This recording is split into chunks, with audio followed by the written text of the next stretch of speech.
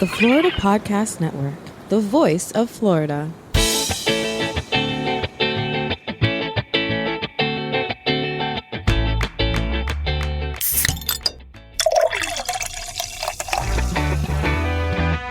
From Mallory Square in Key West to the Governor's Mansion in Tallahassee and all points beyond, you're listening to the Florida Beer Podcast, powered by FloridaBeerBlog.com, your source for all things related to the craft beer community in the Sunshine State.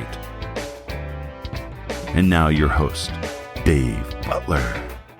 Hello, happy holidays. Welcome to a special holiday edition of the Florida Beer Podcast, powered by FloridaBeerBlog.com. This is Dave, your host and author, and I am wishing all of you a very safe and happy holiday season. By the time this episode comes out, we are in the middle of Hanukkah, couple days before Christmas.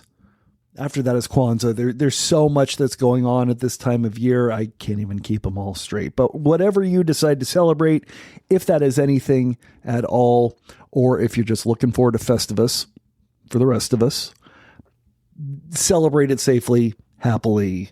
There's room for everybody. So from us at the Florida Beer Podcast, happy holidays. Before we jump right into today's episode, you know the drill. Make sure to follow us on social media at Florida Beer Blog on Instagram and Twitter, FL Beer Blog on Facebook. We are on the interwebs at FloridaBeerPodcast.com. Of course, FloridaBeerBlog.com is the follow-up site that hopefully you'll all go to as well. And we are a proud member of the Florida Podcast Network, which you can find at FloridaPodcastNetwork.com. And make sure that you are following all of those so you can see photos of what we are talking about today.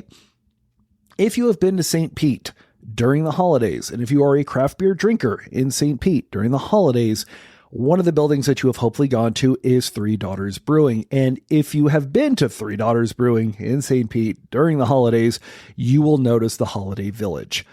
It has grown significantly in the time that Three Daughters has been opened, and it is the brainchild and the labor of love for Bruce Harting.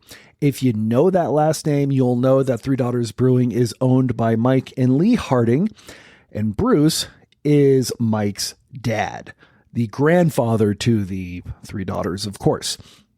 It is his job year-round to keep this awesome village maintained, so that way during the holiday season, which we are now in, it can get set up to amaze and entertain all of the people that are coming to the brewery. It's sort of taken on a life of its own. It's gotten significantly bigger over the years. And while I was recording this interview, we actually did it on video, so I was able to see the awesome display behind them. So it was kind of awesome. We are going to publish pictures on our website. There's also more pictures on the Three Daughters website, which is at 3dbrewing.com.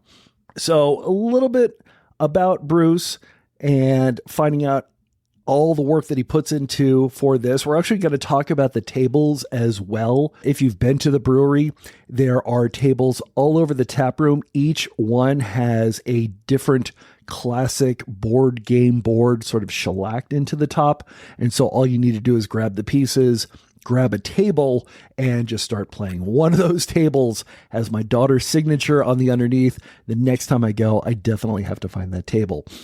The other person that we're going to be speaking to is Brian Horne. He's Three Daughters VP of Marketing and Sales. It is the holidays. Obviously, they've got the village, but they also have to have some awesome beers on tap. So I kind of wanted to get a little bit of a taste for some of the awesome holiday beers that Three Daughters has this year. I know it's going to be awesome to hear about it, but it's definitely going to be so much better to go visit it. So if you are there, make sure to take notes and take lots of photos and send them to us and tag us and so on and so forth. But this is Bruce Harting, grandfather to the Three Daughters and the person behind the awesome holiday display at Three Daughters Brewing, and Brian Horne, Three Daughters VP of Marketing and Sales. Enjoy.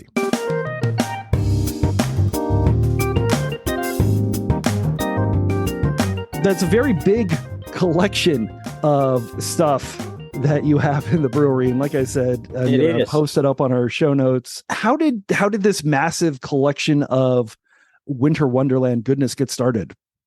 In 1986, my mom was working in a Hallmark store.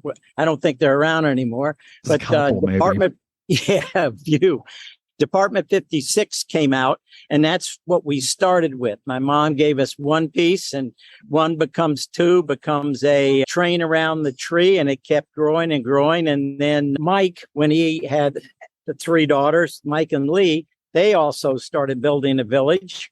And my daughter, who also lives in St. Petersburg, started building a village. So we all did a collaborative effort. And then once they left the house, really left the house, my wife and I started doing it in our garage, and we put it up every year, and it became a local tradition. We all looked at it and had fun.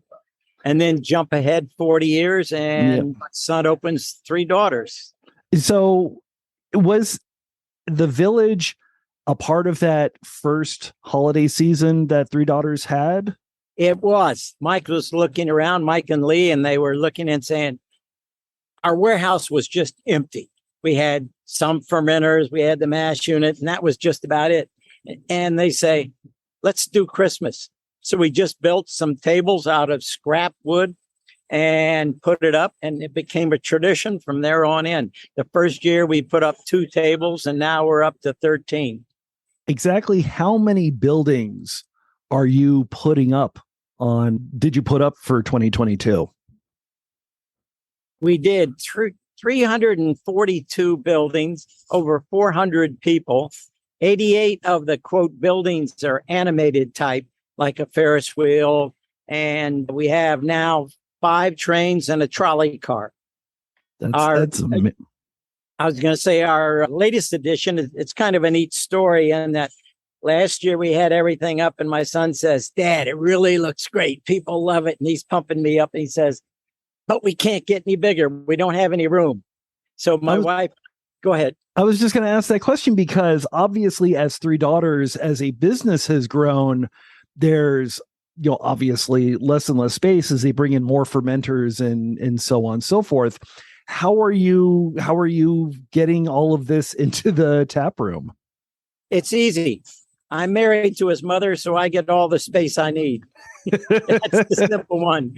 This last one, when he said no more. So this year we've added a table, Field of Dreams. It sort of fit right in. So we've got the baseball players coming out of the cornfield. We got Santa in it. It's just a fun one. And it's sort of oh, yes, we can grow bigger.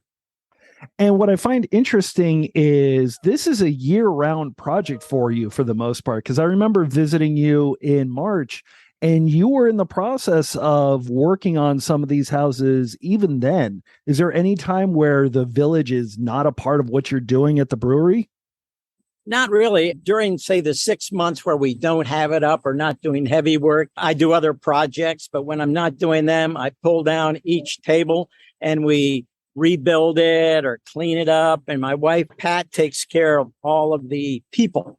So she gets them realigned, and they do get dirty. I mean, it's amazing how much dirt you pick up. So we do that. We clean the trains. David Zitnick Trains. Dave and Gail own Zitnick Trains, and Lynn works there.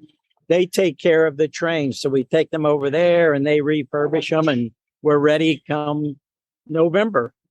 That's amazing. Now, how long does it actually take you to set this up? Because I remember speaking to Lee a few years ago, and she said that literally she came in one day and all of a sudden it seems like it had just sprung up overnight. I doubt that it takes that short a time. For the first 3 years, my wife and I, at the end of the season, we put each piece back in a box, and that just got old quick. So we figured it out that each table, and a table is a 4x8 sheet of plywood, we build a frame around it at the end of the year, like a rib cage, and then we shrink wrap it and we forklift it next door and put it on top of our refrigeration unit. So most of the pieces are already reset for next year. That's amazing. And so it's not a question of where do we put everything. It's literally almost completely assembled. And instead of having over 300 puzzle pieces, you really only have 13 for the most part. Right. And then we'll sort of get an idea. Like I've already thought about something we're going to do next year. We're going to have a ski slope with a gondola and stuff like that. So during the summer, we'll build that, try it out, get it working, and then go from there. That's amazing. Of the pieces that you have, and I can see people in the background admiring that, do you have any favorites, any ones that are either just so cool to take a look at or have a deep meaning for you and your family? Well, of course, the first two that we've got, Scrooge is dancing in his house with the ghost and in his warehouse. That's always a favorite of ours because it was our first. And then the others are they're really nice pieces. Some are more important than others. Some we have where people donate, and we try to, when somebody donates to us, I mean, for absolute sure, we have them pick out one that'll definitely go in, and we rotate in the other pieces as time permits. That's amazing. I was going to say, at this point, do you need to purchase any more, or do you have so many people bringing you pieces that you just... We can always use more pieces. The biggest thing is the animated pieces, the Ferris wheels. During the season, some of them will die. So we've learned. We just have backups. So it's a plug and play type deal. We just take one out, put the other one in, and then it goes back. And then come February, March, April, we start repairing them, getting everything ready. Awesome. There's no maintenance done during the year. Now, of course, I have to ask, is there a miniature Department 56 style Three Daughters brewery somewhere in your village? It's funny. We took one that they have. It's a German brewery type, and we painted over the name of it, and it's Three Daughters, and it's got a little blinking sign that goes down. And then a friend of ours built for us some fermenters, so we add that in, and they've got the three on it. So yeah, Three Daughters is there. That's amazing. And of course, obviously, where are you located? Where is the actual table inside the tap room? Because it looks like you're in sort of the main fermenting space, kind of off to the side where the stage used to be. You got it. It's all the way down the back wall, if you will. Then it makes a turn and comes up our east wall. So it fills up. It like borders the area where people come to eat and dance and have a good time. That's amazing. And obviously, if they're coming to eat and dance, they're also coming to drink beer. So, Brian, I'll go ahead and bring you in and see what kind of awesome Christmas festivities you have going on in the tap room, especially in the taps themselves. Well, yeah. So we have three beers that we're putting on that are very Christmas oriented. One's a gingerbread ale. Also, we have a roasted chestnut brown ale. So they actually roasted the chestnuts here. We have an existing recipe for a brown ale. So they took that, and man, you could not be more Christmassy than when you smell the chestnuts you're roasting with all the Christmas lights on. And it felt like you walk into Santa's Village, real Santa's Village, right? And then the other one we have is a candy cane milk stout. So obviously milk stouts are just hot right now, right? So we took that and we thought, well, what goes best with milk? Candy canes. That's it. Right? So personally, I'll make sure that that's going to be waiting for Christmas at my house for Santa, because Santa's going to want to have some milk stout when he's putting Christmas presents together at midnight. So that sounds like a plan. Now I need to get up there and grab some for my Santa too. Do you think that in the future you'll ever do holiday beer releases that sort of tie into the Christmas Village, maybe with photos or artwork to kind of? Yeah, we actually last year we actually did. We did a winter lager, so we tied that into the Christmas Village. This year, to be perfectly honest with you, we just been soaked with distribution. We were up about 50% in sales over a 2-year basis. So our annual release during this time of the year is our bourbon aged barrel porter. So we actually have the porter that's been in the barrels. This batch was in there for 10 months. So there was just so much pent up demand for that we felt that we just want to kind of focus on that. But next year we are going to bring back the winter lager and tie in the Christmas Village to it. That's awesome.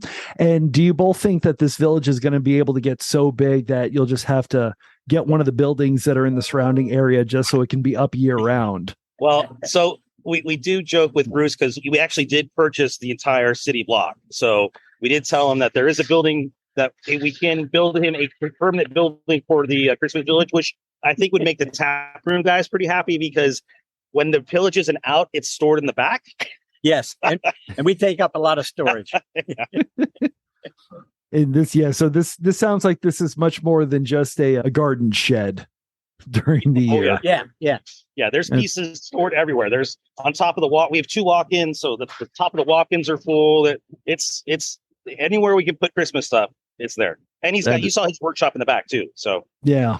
And it was kind of interesting, if I can digress for just 1 second. Bruce, you're also the person that makes all of the game board tables that are all around the tap room. Like you make all of those from scratch. It is. And it's interesting how we came up with it. When the place was empty, the youngest granddaughter, Maddie, was down here and she needed a table. And then she and her we built one real quick, and she and her girlfriend were playing a game. Mike walked by and he said, "That's it. That's going to be our theme." And we've got nothing but games that you remember. Oh man, I remember Candyland, Monopoly. Oh yeah. And there it goes. And that's the best part, is especially when you come down on a Friday afternoon and you're seeing a group of 6 adults having a beer and playing Candyland and watching them get excited like they were when they were little. It's a little bit of a Christmas spirit. It kind of warms your heart, but especially when it's July, and it's nice to see that too. So yeah, exactly. Somewhere you'll have to see if you can find the table that has my daughter's signature on the bottom. It's around here somewhere, I'm sure. I'm a man with a mission. We'll find it. Gentlemen, thank you so much. I hope you have a happy holidays. Definitely can't wait to come by and visit again, and hopefully be able to get there and see the Christmas Village when it's taken over the entire tap room and push production out. I like that. I don't know if I like that. And best of Christmas wishes to you. That is awesome. Thank you so much. That is literally everything I wanted. I appreciate the turnaround. So thank you so much for that. Problem.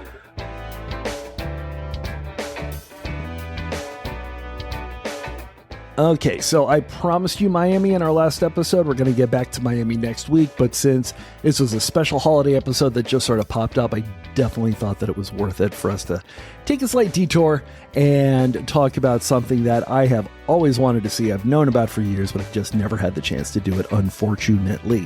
Hopefully we'll be able to change that sometime soon, but if we don't, at least you've got the details. When you go, you can appreciate it just that much more. Remember, next week we're going to be in Miami for the first of 2 parts of an awesome brewery. We're going to get right back on track.